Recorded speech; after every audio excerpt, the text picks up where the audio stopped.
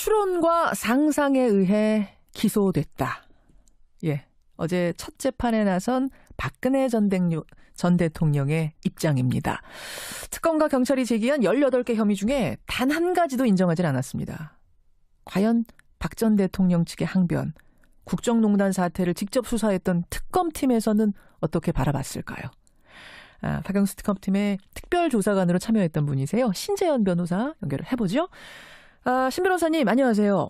네, 안녕하세요. 이날 지금부터 수고가 많습니다. 예. 지금은 그 특검팀에서 나오셔서 다시 이제 본연의 자리로 돌아가신 거죠? 예, 다시 일하던 로펌으로 복귀했습니다. 박영수 특검팀에 이어서 검찰의 특수본까지 총 6개월에 걸쳐 수사했던 내용인데, 어제 첫 재판에서 박 대통령은 18개 혐의 가운데 단 한 가지도 인정할 수 없다. 추론과 상상으로 기소한 거다. 이렇게 말을 했습니다. 진짜 상상으로 기소하신 겁니까? 법률가적으로 좀 할 수 있는 얘기는 아니고요. 이게 어제 유영하 변호사님 말씀을 들으면은 이제 검찰을 잘 알고 있지 않습니까? 예, 검찰 예. 출신이기 때문에. 예. 그래서 약간 검찰이 들으면 기분 나쁠 얘기들, 돈봉투 얘기랄지, 이런 얘기를 하면서 좀 이렇게 선수를 잡는달지, 이런 선제공격을 한달지, 이런 측면이 있었던 것 같습니다. 그러니까 돈봉투 만찬에 참석했던 검사가 그 자리에 나와 있는 것을 얘기한다든지, 예, 맞습니다. 추론과 상상으로 기소했다라는 발언이라든지 이런 거 이제 기선 잡으려는 기싸움 아닌가 이런 느낌도 드셨어요. 그렇습니다. 보통 이제 통상 증거가 없다, 예. 이런 식으로 많이 변호인들이 변호를 하거든요. 예. 그래요. 근데 이제 유영하 변호사는 이 얘기만 하는 게 아니라 이 추론과 상상에 의해 기소했다는 말을 뒷받침하기 위해서 어떤 말을 또 했냐면, 상당수의 증거가 언론 기사더라. 언제부터 언론 기사가 증거로 제출됐냐? 이런 말도 덧붙였거든요. 어떻습니까? 예, 통상 언론 기사는 이제 증거로 제출이 돼도 약간 증거 능력이나 증명력 면에서 이제 공소 사실 자체를 직접 인정하는 증거로 쓰이는 게 어려운 건 사실이죠. 그런데 이제 언론 기사를 토대로 이제 수사기관이 검찰이나 경찰이 이제 관련자들을 조사해서 내용을 보충한달지, 이제 그랬다면은 충분히 증거로서 가치도 있는 것이죠. 그렇게 보죠. 그러면 지금 말씀 듣고 보니 박 전 대통령 혐의가 크게 직권남용 혐의, 뇌물수수 혐의 두 가지 축인데, 예. 두 가지 혐의 모두 입증 가능하다고 확신하십니까? 사실 직권남용의 경우에는 증거가 좀 차고 넘치는 게 사실입니다. 문학의 블랙리스트랄지 문체부 인사에 대해서 보복 인사했다는 것들, 예. 그런 것들은 이제 박근혜 대통령이 직접 지시했다는 증언들이 나오고 있지 않습니까? 그렇죠. 근데 문제는 이제 뇌물수수 부분인데, 예. 뇌물수수 부분은 이제 공여자와 받는 사람 사이에 은밀하게 이루어지는 경우가 많고, 그렇죠. 그리고 이제 대가 관계랄지 공모 관계 이런 게 상당히 은밀하게 이루어지니까 입증하기가 어려울 수 있습니다. 예. 네, 이제 그런데 이런 경우에는 이제 관련성이 있는 간접 사실, 예컨대 박근혜 대통령이 이재용 부회장을 독대할 당시 대화 내용 중에 국민연금과 삼성물산 합병에 관한 것이 있었다. 예. 근데 그 이후에 국민연금이 이제 자본기구들의 반대에도 불구하고 합병에 찬성했다.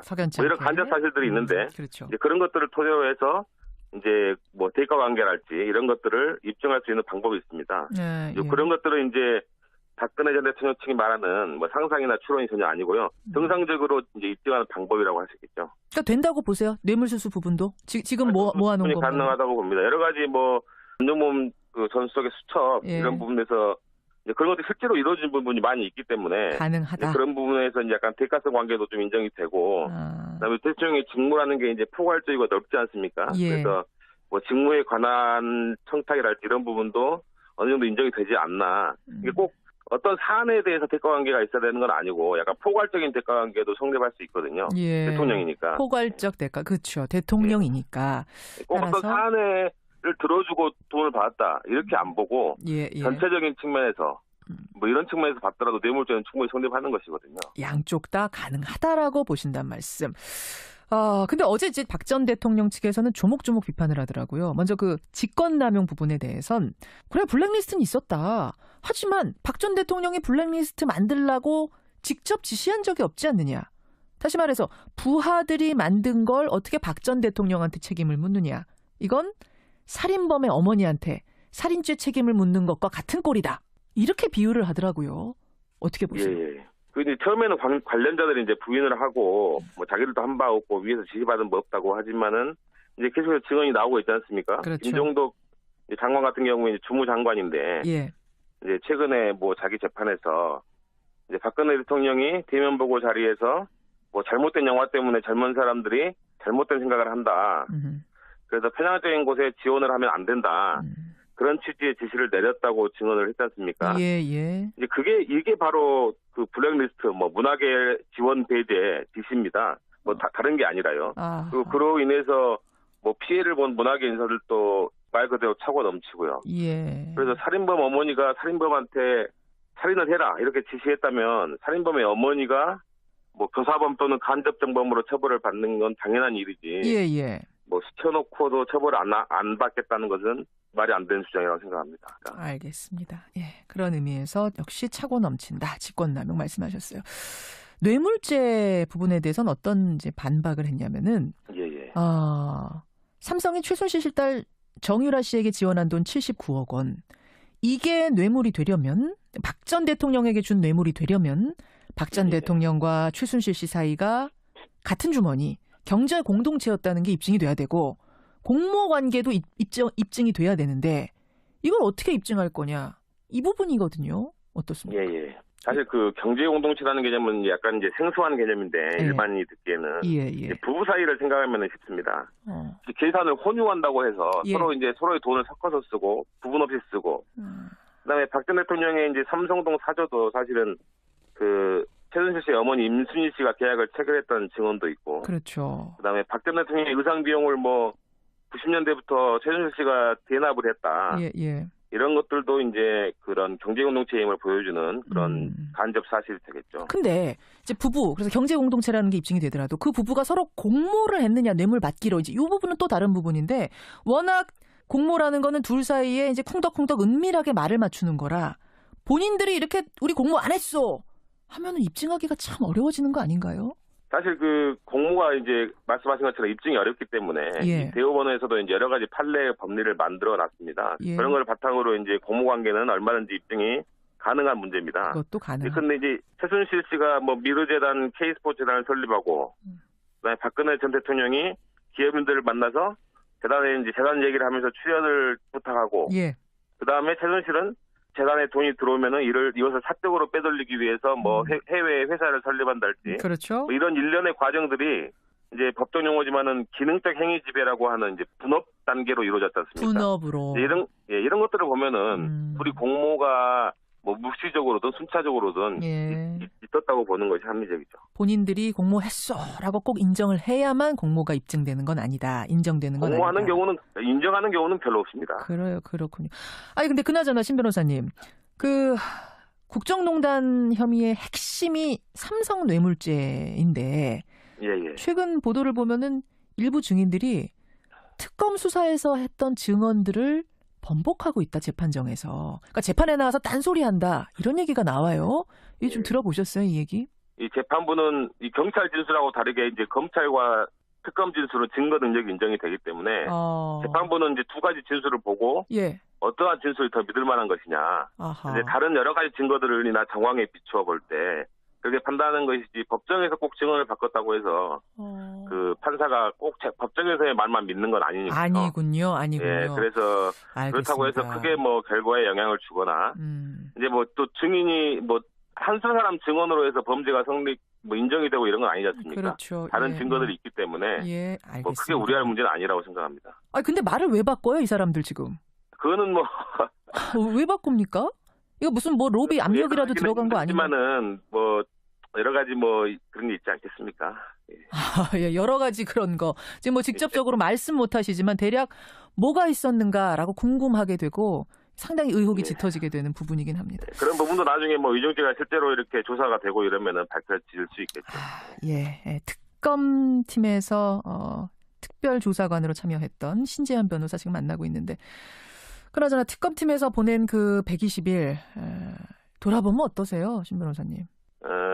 처음에는 굉장히 이렇게 국민적인 열망도 크고 그래서 개인적으로는 굉장히 이제 남다른 각오와 사명감을 가지고 했다고 생각을 하는데 이제 끝나고 돌아보니까 내가 과연 얼마만큼의 기여를 했는가 이렇게 좀 되돌아보게 되더라고요. 근데 다행히도 이렇게 내부에서도 여러 차례 고비 같은 게 있을 때 그거를 이제 걱정도 많이 했는데 예. 결과가 이제 몇 가지 부분에서 좋게 나오고 그래서 이제 사람들이 국민들이 성공적이라고 평가를 해주고 예. 그리고 이제 그 이후의 과정들이 순조롭게 진행이 되면서 좀 다행이라는 생각이 듭니다.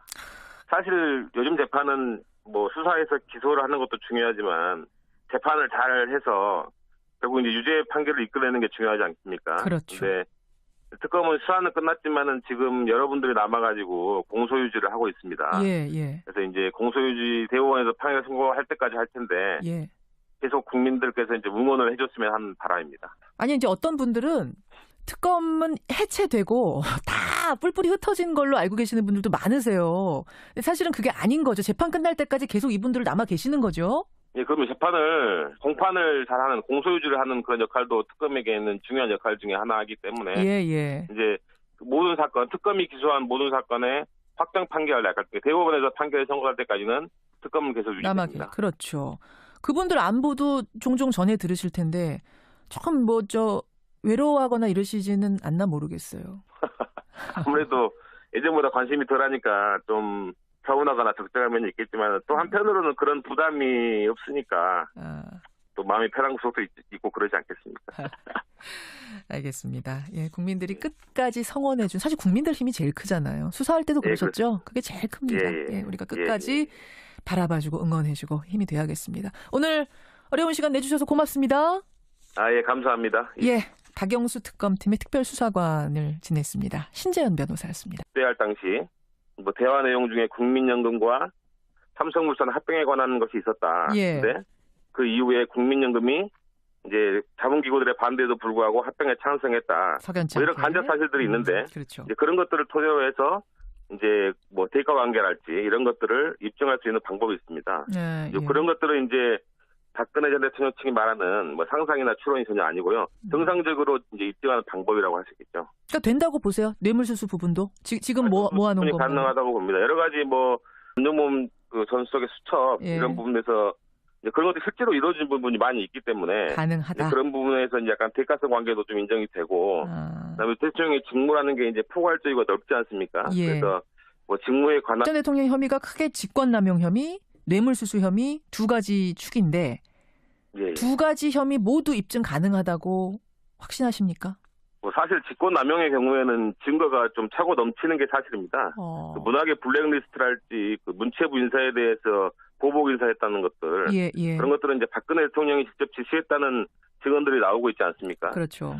근데 문제는 이제 뇌물수수 부분인데 뇌물수수 부분은 이제 공여자와 받는 사람 사이에 은밀하게 이루어지는 경우가 많고, 그렇죠. 그리고 이제 대가 관계랄지 공모 관계 이런 게 상당히 은밀하게 이루어지니까 입증하기가 어려울 수 있습니다. 예. 근데 이제 그런데 이런 경우에는 이제 관련성이 있는 간접 사실, 예컨대 박근혜 대통령이 이재용 부회장을 내용인데 어제 첫 재판에서 박 대통령은 18개 혐의 가운데 단 한 가지도 인정할 수 없다. 추론과 상상으로 기소한 거다. 이렇게 말을 했습니다. 진짜 상상으로 기소하신 겁니까? 법률가적으로 좀 할 수 있는 얘기는 아니고요. 이게 어제 유영하 변호사님 말씀을 들으면은 이제 검찰을 잘 알고 있지 않습니까? 검찰 출신이기 때문에. 그래서 약간 검찰이 들으면 기분 나쁠 얘기들, 돈봉투 얘기랄지, 이런 얘기를 하면서 좀, 이렇게 선수를 잡는달지, 이런 선제공격을 한달지, 이런 측면이 있었던 것 같습니다. 그러니까 돈봉투 만찬에 참석했던 검사가 그 자리에 나와 있는 것을 얘기한다든지, 예, 맞습니다. 추론과 상상으로 기소했다라는 발언이라든지 이런 거 이제 기선 잡으려는 기싸움 아닌가 이런 느낌도 드셨어요. 그렇습니다. 보통 이제 추론과 상상에 의해 기소됐다. 예, 어제 첫 재판에 나선 박근혜 전 대통령의 입장입니다. 특검과 경찰이 제기한 18개 혐의 중에 단 한 가지도 인정하지 않았습니다.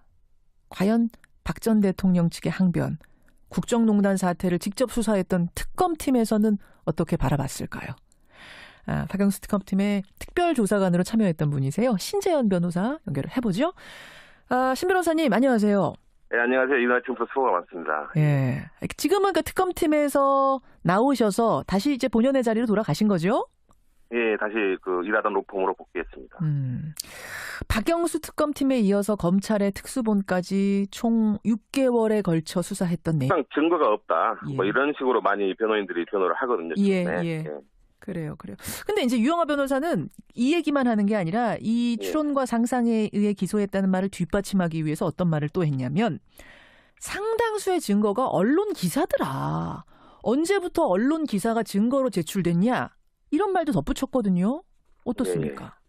통상 언론 기사는 이제 증거로 제출이 돼도 약간 증거 능력이나 증명력 면에서 이제 공소 사실 자체를 뭐 직접 인정하는 증거로 쓰이는 게 어려운 건 사실이죠. 어허. 그런데 이제 언론 기사를 토대로 이제 수사기관이 검찰이나 경찰이 이제 관련자들을 조사해서 내용을 보충한달지 이제 그랬다면은 충분히 뭐 증거로서 가치도 있는 것이죠. 그렇게 보죠. 그러면 좀 말씀 듣고 보니